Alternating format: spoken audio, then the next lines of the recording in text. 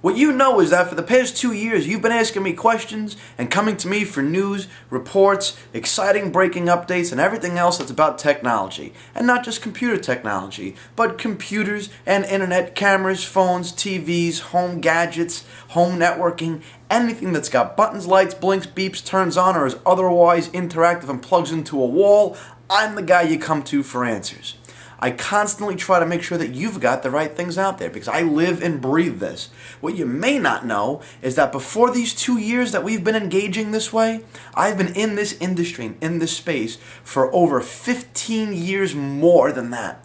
That's right, the better part of 2 decades, Vic the Geek has been in this space. Now I'm able to bring it to you with the interactive social web. One of the things that hit me more often than anything else is the right PC to buy.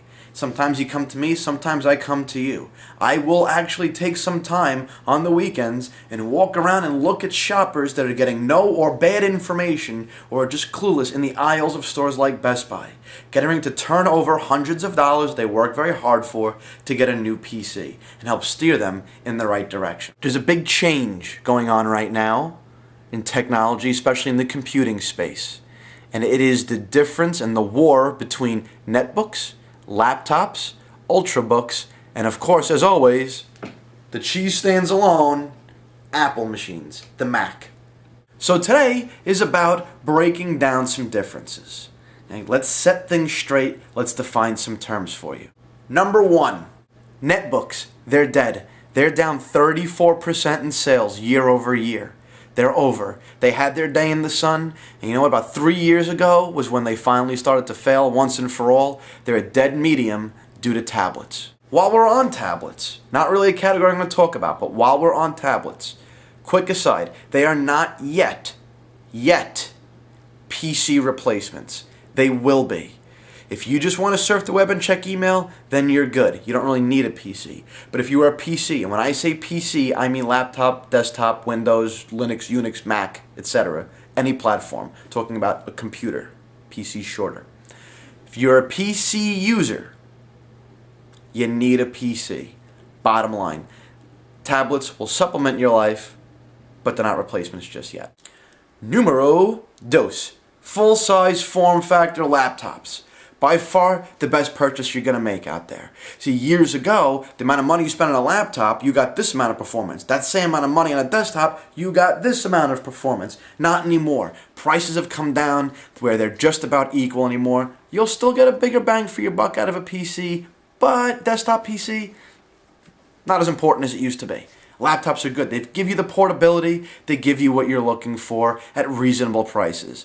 They can be more expensive than netbooks at that roughly $300 price point, but they're going to be cheaper than desktops when you consider buying a monitor if it's not prepackaged, and just the whole thing that comes along with that. You put a laptop on your lap, you don't need a desk.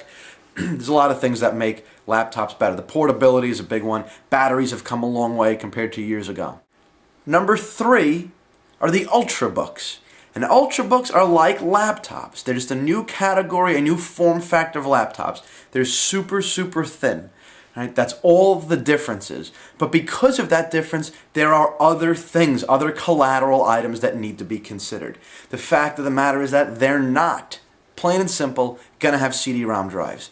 This thick, with all the guts inside of it that make a PC, RAM, video card, networking capabilities, actual CPU, the motherboard, and every associated internal component means no room for a CD-ROM drive.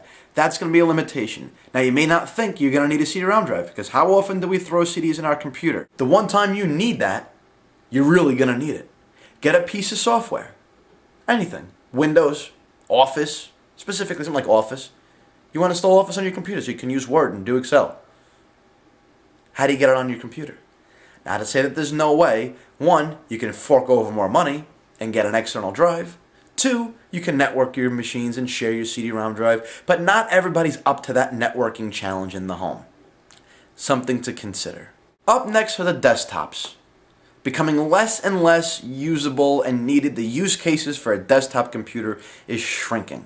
I still use one. It's what I process these videos on. Pound for pound, they've got the most power on the market. Whether you're dealing with a Windows, tower, monitor, an all-in-one like the HPs or the iMacs have, whatever the case, because they're bigger, they're generally more upgradable, there's more room, they're easier to get into, you can buy parts for them, they're going to last you a little bit longer than laptops are because of your ability to keep them up with the times as things change.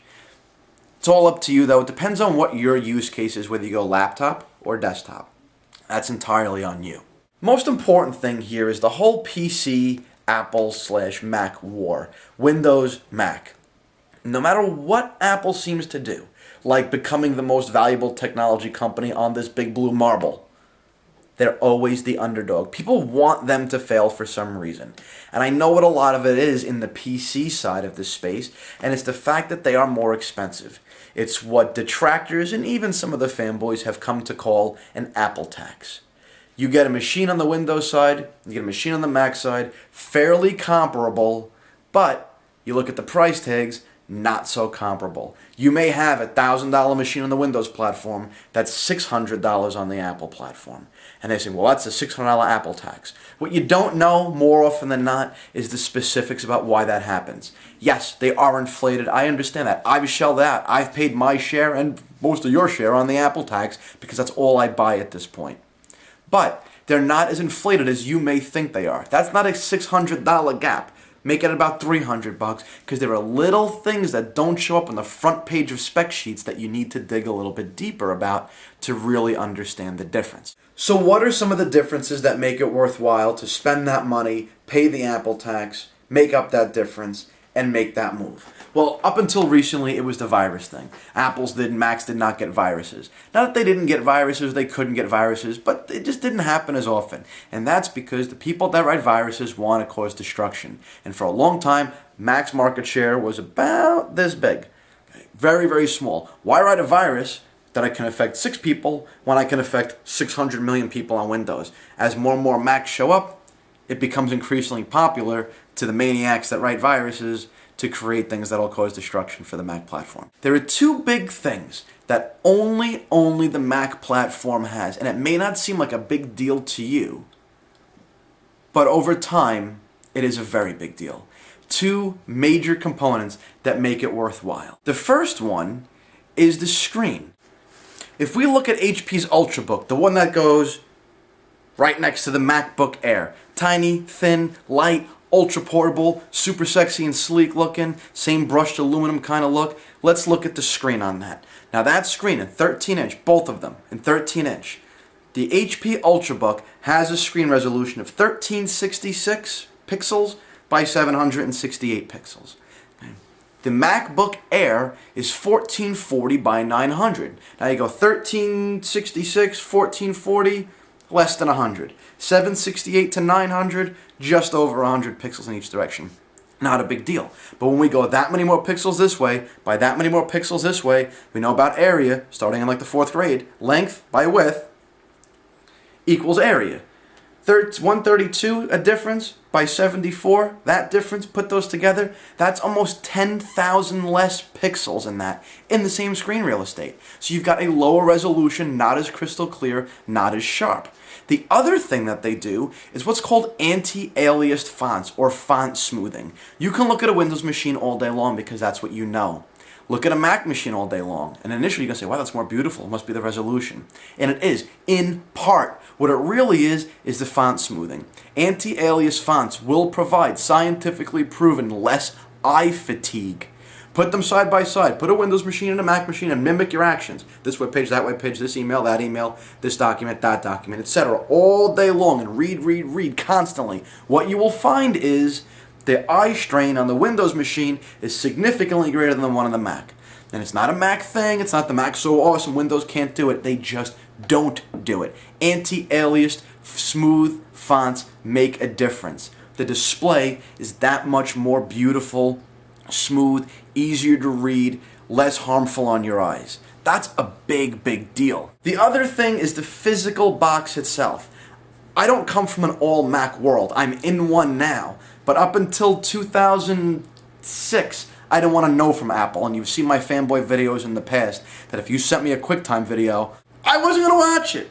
Why? Because I was spiteful, just like a lot of you out there. What? It's made by Apple? Don't send it to me. Won't watch it. But why won't you watch it? Because it's made by Apple. That's not a real reason. Don't care. Not going to watch it. That was the exchange I had with pretty much everybody. Even a Windows platform user wouldn't watch a QuickTime video out of spite. Does that make sense? Not really. But I've made that switch, and that's the point. I've used all these machines. I've had piles and piles of Windows desktops and laptops. And what you'll notice is, on every one, over time, edges of the laptop don't match up, doesn't close just right, things are not smooth and easy and nice. It's because, like most things, they've got assembly lines and manufacturing lines, and the top case comes zipping across and gets made and manufactured, and the bottom piece and the keyboard and all these things to these specifications. And I don't care how machined you make your parts, how perfect and tweaked, they're not made to fit together. They're built in a way where they're engineered to fit together, but we got this piece, and this piece. Let's make them to these specifications and then screw them all together. So what does Apple do differently? Well, they did one thing differently. They hired Johnny Ive. Johnny Ive does all their design. And what he has come up with his team, is what's called a unibody design. Now, I know unibody sounds like one piece, one body, and I know that's not exactly what it is. Obviously, it's not a solid piece of metal. It's pieces that come apart that have been put back together. The difference is they have not taken multiple pieces of metal and put them all together. If you do anything in your home, wood, marble, tile, what do? You look for things that all came from the same place, the same quarry at the same time, the same forest, the same tree. You make a bench or whatever, furniture, all from the same tree. The grain matches, etc. Same thing with unibody design. It comes from one piece, one chunk, long sheets of extruded aluminum that comes along there. They take as much as they need for a laptop, they cut it, then they break them all up into little pieces, and they fill them up with the insides, they shape them, they put them all back together.